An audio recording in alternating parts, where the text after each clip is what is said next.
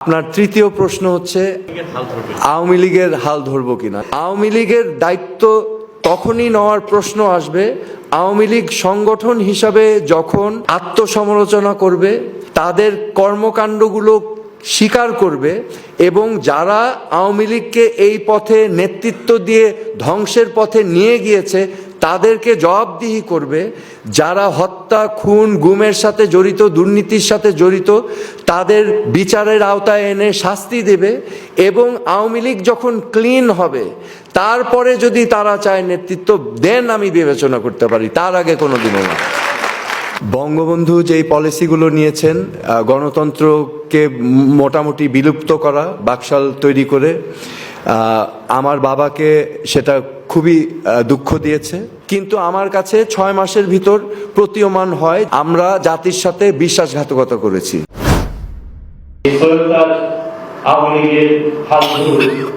আচ্ছা, প্রথম প্রশ্নটার জবাব আমি এভাবে দিতে চাই। আমি বিশ্বাস করি আমার বাবা তাজউদ্দীন আহমেদ খুবই বিচক্ষণ মানুষ ছিলেন এবং তিনি রিয়েলাইজ করতেন যে পূর্ব বাংলা বা বাংলাদেশের স্বাধীনতাকামী মানুষ যেই মুক্তির সংগ্রাম করেছে, মুক্তিযুদ্ধ করেছে, সেই মুক্তিযুদ্ধ, মুক্তি সংগ্রামের সিম্বল ছিলেন বঙ্গবন্ধু। এটা অনস্বীকার্য।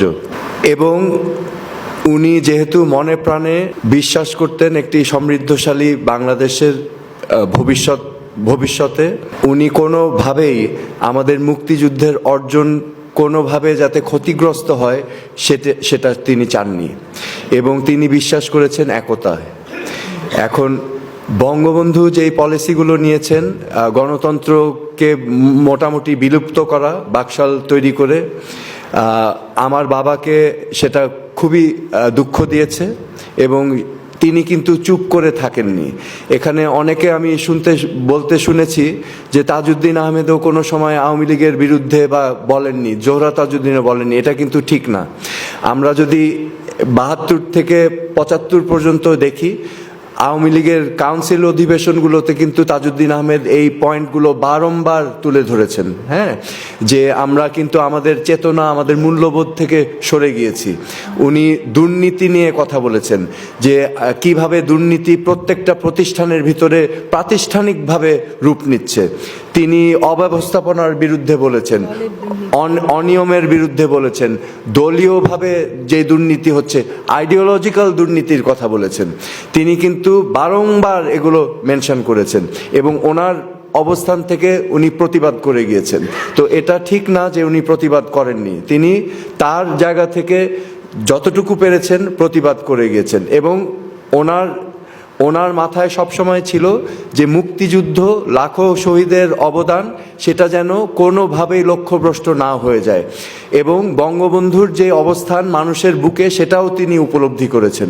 তো সেই কারণেই হয়তো তিনি তার অবস্থান থেকে ওনার মতো করে প্রতিবাদ করে গিয়েছিলেন এবং শেষ 3রা নভেম্বর জেল হত্যার মাধ্যমে তিনি প্রমাণ করে গিয়েছেন তিনি বাংলাদেশ এবং বাংলাদেশের মানুষের সাথে বিশ্বাসঘাতকতা করেননি। এটা খুব ইম্পর্ট্যান্ট, ঠিক আছে, কিন্তু তিনি কিন্তু সেটা করতে পারতেন। আচ্ছা, দ্বিতীয় হচ্ছে আমার মা। হ্যাঁ, আমার মায়ের অনেক কষ্ট আমি নিজে দেখেছি।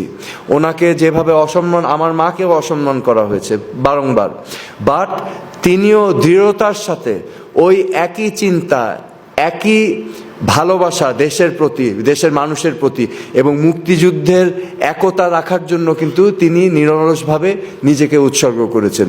তিনিও কিন্তু প্রতিবাদ করেছেন দলীয় ফোরামে। আমি নিজে দেখেছি, প্রেসিডিয়ামের মিটিংয়ে বারংবার বলেছেন এবং ওনার কথা অনেকভাবে উপেক্ষা করা হয়েছে, ওনাকে হেয় প্রতিপন্ন হতে হয়েছে, কিন্তু তিনি কিন্তু থেমে থাকেননি। এখন এই সকল প্রেক্ষাপট মাথায় রেখে আপনার তৃতীয় প্রশ্ন হচ্ছে আমি রাজনীতিতে আসবো কিনা। আচ্ছা, আওয়ামী লীগের হাল ধরবো কিনা, এটা যুক্তিসঙ্গত, যেহেতু আমার পিতা মাতা দোনোজনই উৎসর্গ করেছেন ওনাদের জীবন এই দলের জন্য, দেশের জন্য। তো স্বাভাবিকভাবে আমিও একই আদর্শে গড়ে উঠেছি এবং আমি এখানে উল্লেখ করতেই হচ্ছে যে আমি 2008 সালে যখন 111 সরকারের পর একটি সুষ্ঠু নির্বাচন হয়েছে, বাংলাদেশের ইতিহাসে খুবই কম, বিরল। এই 2008 সালের নির্বাচনটা আন্তর্জাতিকভাবে এবং ডোমেস্টিক্যালি এটা মোরলেস অ্যাকসেপ্টেড যে it was a free and fair election. এই ইলেকশনে বাংলাদেশের মানুষ ওভারওয়েলমিংলি নৌকায় ভোট দিয়েছিল। এটার একটা কারণ ছিল, এটার কারণ ছিল যে বাংলাদেশ আওয়ামী লীগ একটা নির্বাচনী ইশতিহার দিয়েছিল, যুগান্তকারী একটি নির্বাচনী ইশতিহার, যেটার নাম ছিল দিন বদলের সনদ। সেখানে উল্লেখ করা হয়েছিল যে মুক্তিযুদ্ধ 71-এর মূল্যবোধগুলোকে আমরা প্রতিষ্ঠিত করব। তার মানে এই যে সাম্য, মানবিক মর্যাদা এবং ন্যায় বিচার, ঠিক আছে, এই তিনটার উপর ভিত্তি করে আমরা বাংলাদেশের সিস্টেমকে চেঞ্জ করব, রাজনৈতিক সংস্কৃতিকে চেঞ্জ করব। তো এইটা যখন আমি দেখেছিলাম আমি ইন্সপায়ার্ড হয়েছিলাম এবং আমি প্রস্তুত ছিলাম নিজের রক্তবিন্দু মানে শেষ রক্ত দিয়ে হলেও আমি সেই কাজে আমি নিজেকে নিয়োজিত করব। তো আমি সেই নির্বাচনে পার্টিসিপেট করে নির্বাচিত হয়েছিলাম এবং প্রতিমন্ত্রীর দায়িত্ব পেয়েছিলাম এবং একটি গুরুত্বপূর্ণ মিনিস্ট্রির, সেটা হচ্ছে স্বরাষ্ট্র মন্ত্রণালয়। কারণ আমি মনে প্রাণে বিশ্বাস করতাম এই যে আমরা যেই পরিবর্তনের ওয়াদা করেছি জনগণের কাছে, যেই ওয়াদার প্রতিশ্রুতিতে তারা আমাদেরকে ভোট দিয়ে সরকারে এনেছে, সেই ওয়াদার মূল বিষয় হচ্ছে এই রাষ্ট্রকে যদি আমরা এগিয়ে নিয়ে যেতে চাই, মুক্তিযুদ্ধের মূল্যবোধ যদি বাস্তবায়ন করতে চাই, তাহলে আমাদের মানুষকে কি দিতে হবে? গুড গভর্নেন্স দিতে হবে। তার মানে এমন একটা ব্যবস্থা দিতে হবে যেখানে ফান্ডামেন্টাল রাইটস, গণতান্ত্রিক অধিকারগুলো প্রতিষ্ঠিত হবে। তার মানে আমাদের গুড গভর্নেন্সের জন্য লাগবে একটি ইন্ডিপেন্ডেন্ট জুডিশিয়ারি, একটি ইন্ডিপেন্ডেন্ট ইলেকশন কমিশন, আমাদের লাগবে দুর্নীতিমুক্ত, রাজনীতিকরণ মুক্ত প্রশাসন, আমাদের প্রত্যেকটা প্রতিষ্ঠানকে মজবুত করে তুলতে হবে, তাই তো? তো এই কাজের জন্য গুড গভর্নেন্স এস্টাবলিশ করার আবার একটা পূর্ব শর্ত আছে, সেটা হচ্ছে রুল অফ ল। কারণ আপনি যদি আইনের শাসন না কায়েম করতে পারেন, জনমানুষের ভিতরে যদি আপনি সেই আস্থার ক্ষেত্র না তৈরি করতে পারেন যে রাষ্ট্র আপনাকে নিরাপত্তা দিবে, তাহলে কিন্তু বাদবাকি অংশগুলো করা সম্ভব হয় না। সো গুড গভর্নেন্সের পূর্ব শর্ত হচ্ছে রুল অফ ল, যেখানের মূল দুটা হচ্ছে ইন্ডিপেন্ডেন্ট জুডিশিয়ারি এবং ল এনফোর্সমেন্ট। আপনি যেই হাতিয়ারকে ব্যবহার করবেন দুর্নীতি অনিয়মের বিরুদ্ধে, সেই হাতিয়ারই যদি দুর্নীতিগ্রস্ত হয়, তাহলে আপনি কিন্তু কোনোদিনও কামিয়াব হবেন না আপনার এই উদ্দেশ্যে। তো আমি খুব উৎসাহ, উদ্দীপনা, ইন্সপায়ার্ড হয়ে আমি সেই কাজে হাত দিয়েছিলাম। কিন্তু আমার কাছে 6 মাসের ভিতর প্রতীয়মান হয় যে আমরা সেদিকে যাচ্ছি না, আমরা জাতির সাথে বিশ্বাসঘাতকতা করেছি। ঠিক আছে, এটা অনেকগুলো কারণ আছে। কারণ মর্নিং শোজ দ্য ডে, আমরা যদি আসলেই সেই কাজগুলো করতাম তাহলে প্রথম সপ্তাহ থেকেই আমরা পদক্ষেপ দেখতে পারতাম। এবং আমি যখন বিভিন্ন পদক্ষেপ নিতে চেয়েছি আমাকে বাধাগ্রস্ত করা হয়েছে। আমি পুলিশের সংস্কার করতে চেয়েছিলাম, আমি বিভিন্ন পদক্ষেপ নিতে চেয়েছিলাম পুলিশ সংস্কারে, সেগুলোতে বাধা দান করা হয়েছে। দুর্নীতির বিরুদ্ধে পদক্ষেপ নিতে চেয়েছিলাম, বাধাগ্রস্ত হয়েছি। অনিয়মের বিরুদ্ধে পদক্ষেপ নিতে চেয়েছিলাম, বাধাগ্রস্ত হয়েছি। তো আমার কাছে স্পষ্ট হয়ে গিয়েছিল যে আমরা বিশ্বাসঘাতকতা করেছি এবং আমি নিজেকে বিশ্বাসঘাতক হিসাবে আমি এই মন্ত্রীর মসনদে বসে থাকতে চাইনি। আমার প্রতিবাদের ভাষা ছিল পদত্যাগ। বাংলাদেশের ইতিহাসে পদত্যাগ কেউ করেনি। তো আমি ভেবেছিলাম আমার পদত্যাগের মাধ্যমে আমি একটি ক্লিয়ার মেসেজ দিব যে আমি এটা মেনে নেইনি। এবং আমি মোটামুটি আজ করতে পেরেছিলাম এই ধারাবাহিকতা যদি কন্টিনিউ করে 5ই অগাস্টের মতো একটা ঘটনা ঘটবে। এবং আমরা দেখেছি 2014 নির্বাচন। আমি একটা কথা বারবার বলেছিলাম, আমি দলীয় ফোরামে যতটুকু পেরেছি, ক্যাবিনেট মিটিংয়ে আমি বারবার বলেছিলাম যে আমরা যদি সুশাসন প্রতিষ্ঠা করতে পারি, ডোন্ট ওয়ারি অ্যাবাউট ভোটস, জনগণের ভোট দিবে না দিবে সেটা আমরা চিন্তা করব না, আমরা সঠিক কাজটি করে যাই, পরের নির্বাচনে যদি হেরেও যাই পরের বার কিন্তু মানুষ আমাদেরকে ফুল দিয়ে নিয়ে আসবে। ঠিক আছে, এই বিশ্বাস আমার ছিল। কিন্তু আমরা সে পথে না গিয়ে আমরা ক্ষমতা না হারাবার পথটাকে বেছে নিয়েছি। আমরা গণতন্ত্রের সাথে বিশ্বাসঘাতকতা করেছি, দেশের মানুষের সাথে বিশ্বাসঘাতকতা করেছি।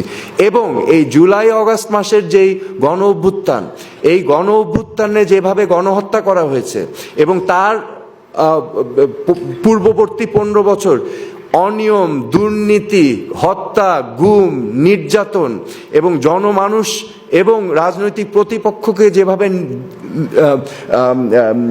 নির্যাতন নিপীড়ন করা হয়েছে, সেটা তো গণতন্ত্র না। সেজন্য তো আমরা দেশ স্বাধীন করিনি, সেটা আমাদের মুক্তিযুদ্ধের মূল্যবোধ না।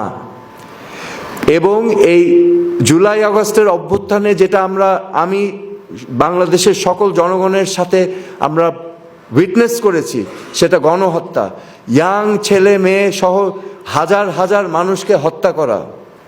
তারপরে আমাদের ভিতরে যদি ন্যূনতম বিবেক থাকে, এটাকে তো সমর্থন কোনোদিনও করা সম্ভব না। ঠিক আছে?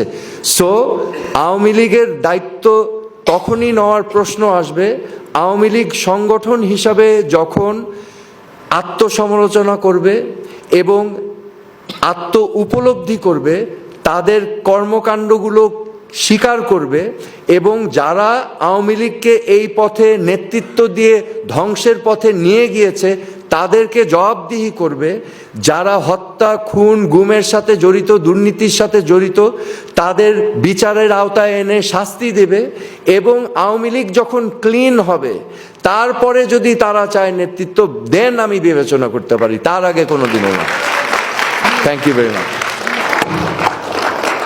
মানে দুঃখজনক পর্যায়ে আছে।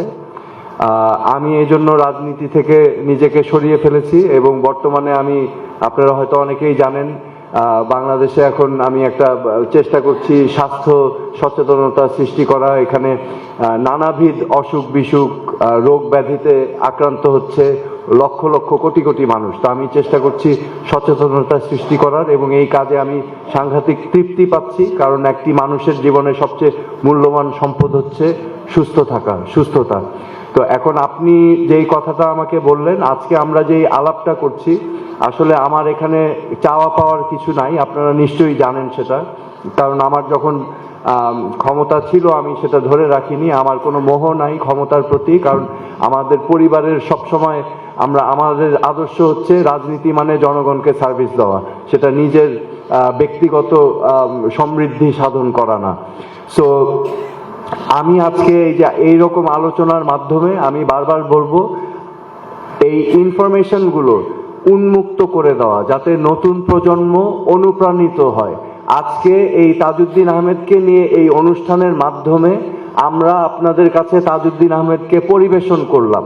এটা এখন আপনাদের দায়িত্ব, ওনার জীবনী, ওনার কীর্তিকলাপ থেকে আপনারা যদি অনুপ্রেরণা নিয়ে দেশটাকে সুন্দরভাবে গড়তে পারেন, তাহলেই সার্থকতা আসবে ওনার জীবনের এবং আমাদের মুক্তিযুদ্ধের। এতটুকুই বললাম। Thank you. মুজিব বাহিনী বা ডানপন্থী যে বললেন, এরা হচ্ছে ডিরেক্টলি তাদের বিরোধিতা করেছে এবং তাদেরকে মারারও চেষ্টা করেছেন। এখন আপনি কোনো কারণে আমার মনে হয়েছে আপনি উত্তরটা এড়িয়ে গেছেন, মানে টু দ্য পয়েন্টে অ্যান্সার দেননি যে তারা কেন বিরোধিতা করলো। তাদের তো পক্ষ অবলম্বন করার কথা। আমার দেশ স্বাধীন হওয়ার জন্য সরকার গঠন করেছে, তাহলে তারা কেন বিরোধিতা করছে? এখন আপনি টু দ্য পয়েন্ট যদি আনসার দিতেন যে বঙ্গবন্ধু কর্তৃক তারা আসলেই কোনো মেসেজ পেয়েছিল কিনা যে তোমরা ওর বিরোধিতা করো, আমি টু দ্য পয়েন্টে আনসার চাচ্ছি। আপনি যদি বিষয়টা টু দ্য পয়েন্টে আনসার দিতেন যে তারা কেন বিরোধিতা করেছিল। আচ্ছা, খুব গুড কোয়েশ্চেন। আচ্ছা, সরি, আমার যেহেতু বইটাতে কিন্তু আমার পুরোটা আছে, তুমি কি বইটা পড়েছো? না, এই জন্য আমি আসলে মানে তাহলে পুরোটাই ব্যাখ্যা আমি সংক্ষেপে, ওই যে ওখানে দেখো ব্যারিস্টার আমিরুল ইসলামেরও সাক্ষাৎকারটা আছে, এই যে নেতা পিতা বই। আগামী বাংলাদেশ আমি কেমন দেখতে চাই, সেটা আমরা এই বৈষম্য বিরোধী ছাত্র আন্দোলনের মাধ্যমে আমি মানে আমার উত্তরটা চলে এসেছে। আমি ওই বাংলাদেশই চাই যেখানে অন্যায় অবিচার থাকবে না, দুর্নীতিমুক্ত, অনিয়ম মুক্ত একটি সমাজ ব্যবস্থা, যেখানে সবাই ন্যায় বিচার পাবে, যেখানে সবার সমান অধিকার থাকবে। এই চেতনা আমারও চেতনা, রাইট? এই বাংলাদেশ আমি চাই। সো এই বাংলাদেশ সম্ভব, এটা কিন্তু সম্ভব। আমি যখন মন্ত্রীর দায়িত্ব পালন করেছি আমি কিন্তু দেখতে পেয়েছিলাম যে ওখানে দেখা যাচ্ছে এটা সম্ভব। এইটা সম্ভব করতে হলে প্রয়োজন কিছু ভালো মানুষ, কিছু সুনাগরিক, দেশপ্রেমিক সুনাগরিক, যারা নিজের কথা চিন্তা করবে না, দেশের কথা চিন্তা করবে এবং ভবিষ্যৎ বাংলাদেশের কথা চিন্তা করবে। এবং আজকে এই অনুষ্ঠানে আমি কি বাংলাদেশ চাই, এমন একটি বাংলাদেশ যেটা আমি ব্যাখ্যা করলাম, কিন্তু আমার যেটা আজকে আহ্বান থাকবে যে নতুন প্রজন্ম তোমাদের এগিয়ে আসতে হবে, নিজেকে সুনাগরিক হিসাবে প্রতিষ্ঠিত করতে হবে, নিজের ভিতর ন্যায় নীতি আদর্শ ধারণ করতে হবে, ন্যায় নীতি আদর্শ